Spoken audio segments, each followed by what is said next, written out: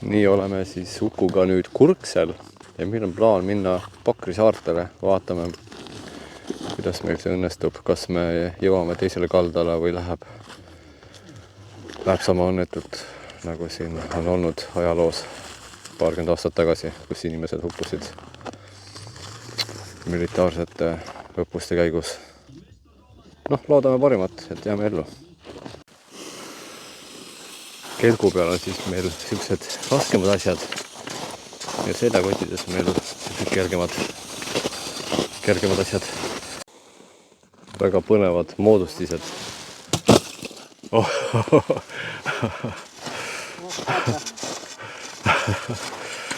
Oot.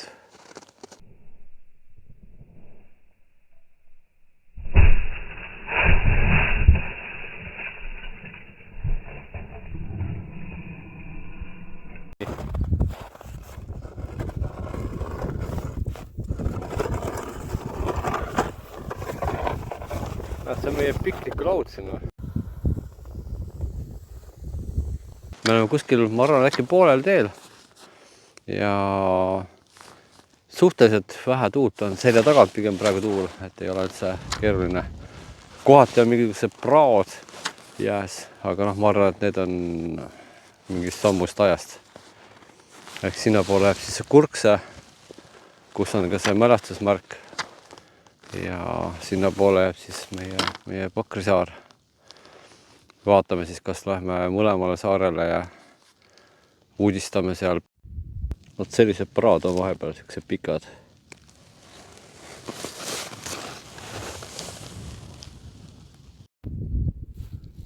Sealt taga peegeldab, nagu oleks vesi seal, aga ilmselt on ikkagi lihtsalt jää. Ja kohati on selline krobelisem jää nagu praegu.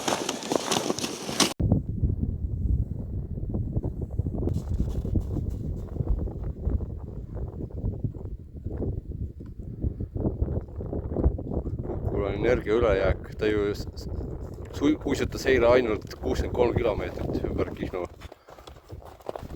See mees peaks ümber kõikide saarte ühe päevaga minema, siis ta saaks enda energia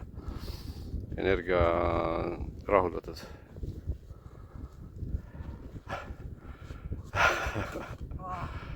Nii, teeme väikse lõunapausisi ühe pisikese hunnikuse juures. Hunnikuse juures meid sees.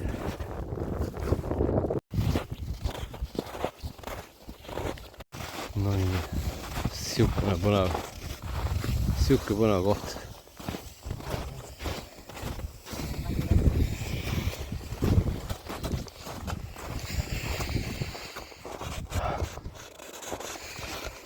Nii paks jää on siin tõepoolest 30 senti võib-olla isegi. Ma arvan küll, et 30 senti. Siia saab enda kelgu ära võita. Jah. Siin on mingi laevavrakk. Mingi salapärane laev iidsetest aegadest. Uku teeb tiiru peale, sest tal on energiat liiga palju. Häda, kui on palju energiat. Nii, vaatame siis seda, mis ta siin kujutab siin. Ka puidust on see laev siin olnud. Siit saab paremini aru, kui suur see on. Ka päris suur.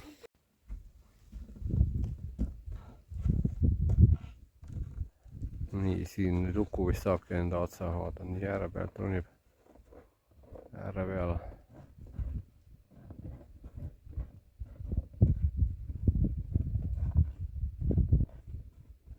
No nii. Päris kõhe vaadata. Varsti on vesi vastu. Okei. No me jõuame varsti saare tippu sellega. Okei. Ja siis läheb natuke mööda, see on Pakrannik on ja läheme natuke üle, et siis on nagu hea vaade. Davai. Ja olemegi jõudnud väike Pakri saare põhjaossa. Ja siin kuskil Pakranniku juures plaanime ka panna peagi telgi püsti. Lihtsalt vaadata, kui lahe. päike paistab pankrannikule taga, sünge pilv.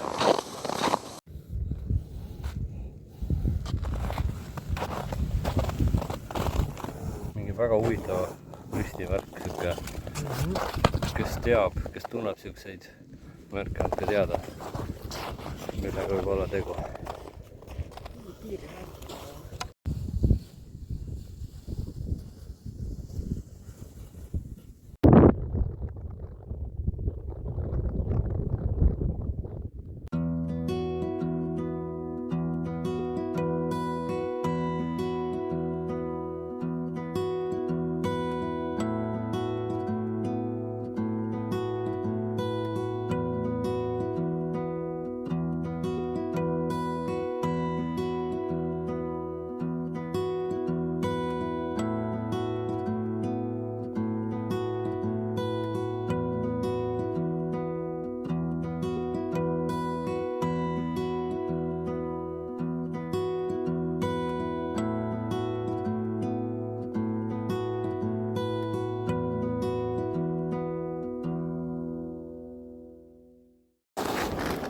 Vedelkütuse põletiga läheb ikkagi päris pikalt aega.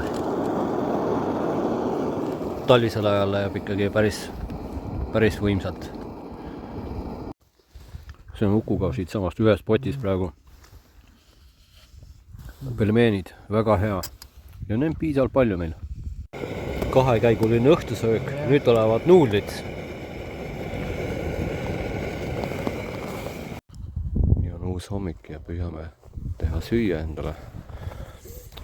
Millegipärast see Windburner ei taha hästi, tähendab töötas, aga siis mingil hetkel hakkas töötamast. Õnneks on meil ka vedelkütuse põleti juhul, kui see ei toimi, aga loodame, et ikkagi toimib. Sest gaasiga on oluliselt kiirem vett soojendada kui bensiiniga. Ja vist hakkab tööle.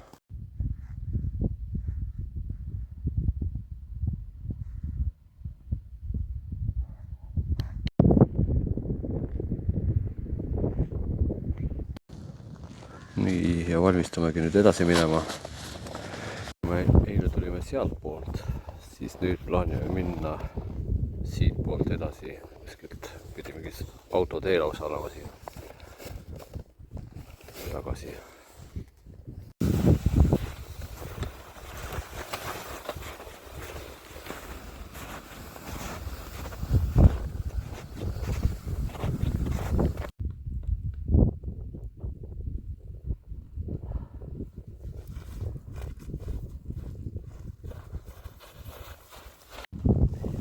Teeviidad.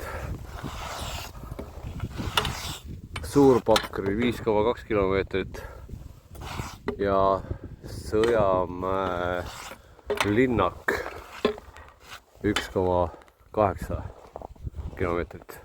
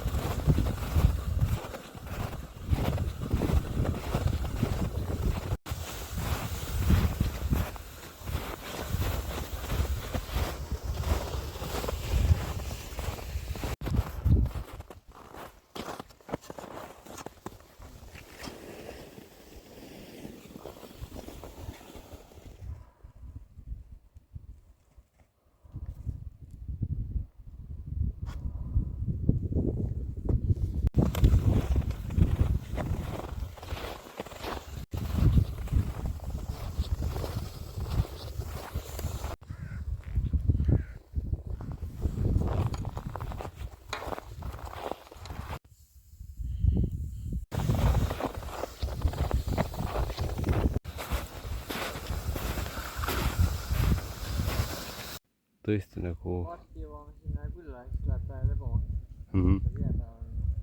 Hästi ilus. Siukene allee. Väike Pakri kiirtee.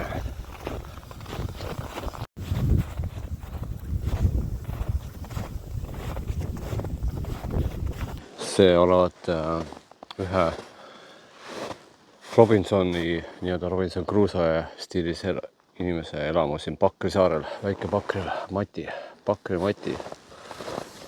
aga maja tundub, et ise on kinni. Kes siin praegu elab? Kes elab? See on sama Mati siin või ei ela? Ma ei tea.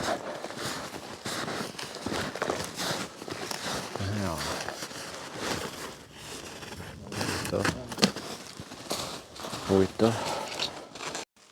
See varju all on mingisugune huvitav käru veel ja ei tea, kas praegu ka keegi siin elab või mitte. Igal juhul hetkel ei ole kedagi kodus. Mulle tundub nii. Mis see on satelliit?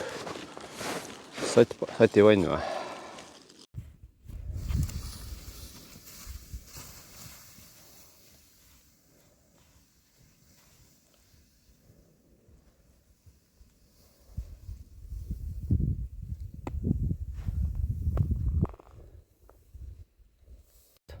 Okei, me teeme ära.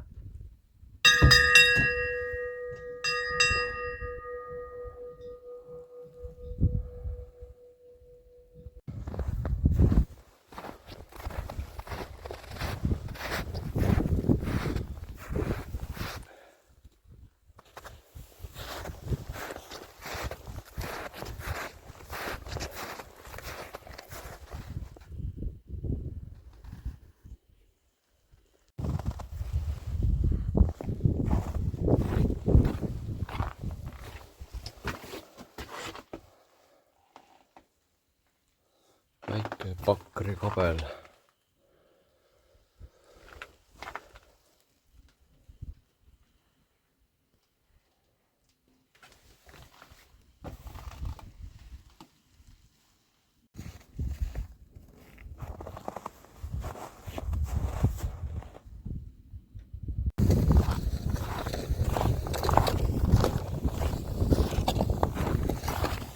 Tagasi mere peal.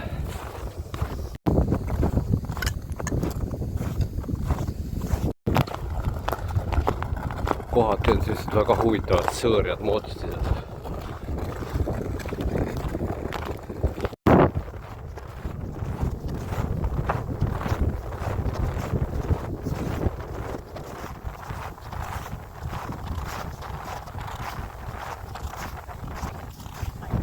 Nii hakkame tagasi mandrile jõudma ja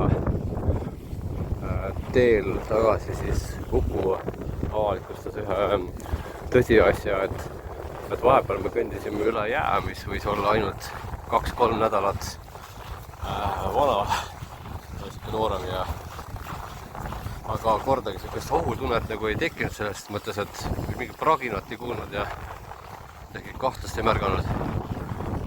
Kõik tundus väga turvaline ja mõnus.